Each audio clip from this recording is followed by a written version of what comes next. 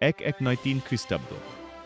সুলতান সালাহ উদ্দিনের মৃত্যুর পর আইয়ুবী সাম্রাজ্যের আকাশে দেখা দেয় কালো মেঘ।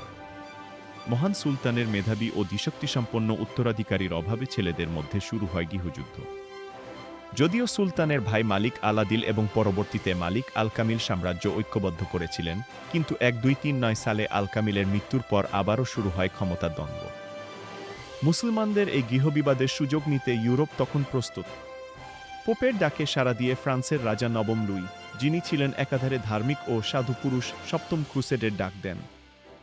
লক্ষ্য এবার জেরুজালেম নয়, লক্ষ্য সরাসরি আইয়ুবী শক্তির কেন্দ্রবিন্দু মিশর।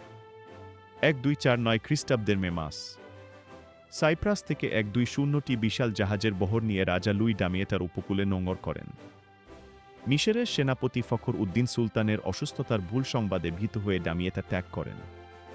বিনা বাধায় খ্রিস্টানরা দখল করে নেয় ডামিয়েটা। মনে হচ্ছিল বিজয় তাদের হাতের মুঠোয়। এদিকে মিশরের সুলতান আস-সালেহ আইয়ুব তখন মৃত্যুশয্যায়। 2-3 নভেম্বর 1249 সুলতান ইন্তেকাল করলেন। মিশরের আকাশে তখন দুর্যোগের ঘনকটা। কিন্তু এই সংকটময় মুহূর্তে ত্রাতা হয়ে দাঁড়ালেন সুলতানের স্ত্রী, বিদুষী নারী শাজারুদ্দুর। তিনি স্বামীর মৃত্যু সংবাদ গোপন রাখলেন এবং সেনাপতি ফখর উদ্দিনকে সাথে নিয়ে গোপনে রাষ্ট্র পরিচালনা করতে থাকলেন, যাতে সৈন্যদের মনোবল না ভাঙে। ডামিয়েতা জয়ের পর ফরাসিদের আত্মবিশ্বাস ছিল তুঙ্গে। কিন্তু কায়রোর পথে প্রধান বাধা হয়ে দাঁড়ায় নীল নদের শাখা নদী বাহরি আসগির। নদীর ওপারেই মুসলিম বাহিনী, এপারে ক্রুসেডাররা। রাজা লুই নদী পার হওয়ার জন্য বাঁধ নির্মাণের আদেশ দেন। কিন্তু মুসলিম ইঞ্জিনিয়াররা গ্রিক ফায়ার বা আগুনের গোলা নিক্ষেপ করে ক্রুসেডারদের টাওয়ার ও বাঁধ ধ্বংস করে দেয়। অবস্থা যখন থমথমে, তখন অর্থের লোভে এক স্থানীয় বিশ্বাসঘাতক লুইকে নদী পার হওয়ার এক গোপন পথের সন্ধান দেয়। দিনটি ছিল 8 ফেব্রুয়ারি 1250। লুইয়ের ভাই রবার্ট অব আর্জেস অগ্রবর্তী বাহিনী নিয়ে নদী পার হয়ে অতর্কিত হামলা চালান। অপ্রস্তুত মুসলিম বাহিনী দিশেহারা হয়ে পড়ে। সেনাপতি ফখর উদ্দিন গোসলরত অবস্থায় যুদ্ধের ডাক শুনে বেরিয়ে আসেন এবং শহীদ হন। প্রাথমিক বিজয়ে অন্ধ হয়ে রবার্ট মূল বাহিনীর অপেক্ষা না করেই সোজা মানসুরা শহরের ভেতরে ঢুকে পড়েন। আর এটাই ছিল তার জীবনের শেষ ভুল। মানসুরার সরু গলিতে ওত পেতে ছিল দুর্ধর্ষ বাহরি মামলুক বাহিনী। তাদের নেতৃত্বে ছিলেন ভবিষ্যৎ সুলতান রুকন উদ্দিন বেবার্স।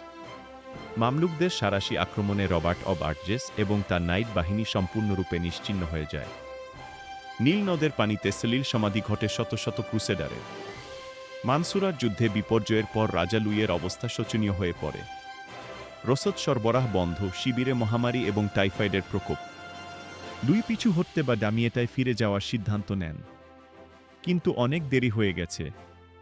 6 এপ্রিল মামলুকরা লুইয়ের পশ্চাৎসরণকারী বাহিনীকে ঘিরে ফেলে। প্রায় 7,000 ক্রুসেডার নিহত হয় এবং রাজা লুই সহ 20,000 সৈন্য বন্দী হয়। যে দম্ভ নিয়ে ক্রুসেডাররা মিশরে এসেছিল, তা নীল নদের তীরে ধুলোয় মিশে গেল। যুদ্ধের এই ডামাডোলের মধ্যে সুলতান পুত্র তুরান শাহ মিশরে এসে পৌঁছান। কিন্তু কৃতজ্ঞতার বদলে তিনি শাজারুদ্দুর এবং বিজয়ী মামলুকদের সাথে দুর্ব্যবহার শুরু করেন। এর ফলে তার নিজের পতন ত্বরান্বিত হয় এবং মিশরে আইয়ুবী বংশের অস্তমিত সূর্যের সাথে সাথে উদিত হয় মামলুক সালতানাতের নতুন সূর্য। মানসুরার যুদ্ধ ছিল ক্রুসেডারদের জন্য এক চূড়ান্ত বিপর্যয়। এটি প্রমাণ করে যে কেবল বিশাল বাহিনী থাকলেই যুদ্ধে জেতা যায় না, প্রয়োজন সঠিক নেতৃত্ব ও রণকৌশল। এরপরও ছোটখাটো ক্রুসেড হয়েছে, কিন্তু জেরুজালেম বা মিশর দখলের স্বপ্ন আর কখনোই ইউরোপীয়রা পূরণ করতে পারেনি। বাহরি মামলুকদের তলোয়ার সেদিন রক্ষা করেছিল ইসলামের হৃৎপিণ্ড মিশরকে। মানসুরার যুদ্ধ ক্রুসেডের ইতিহাসের এক মোড় ঘুরিয়ে দেওয়া অধ্যায়।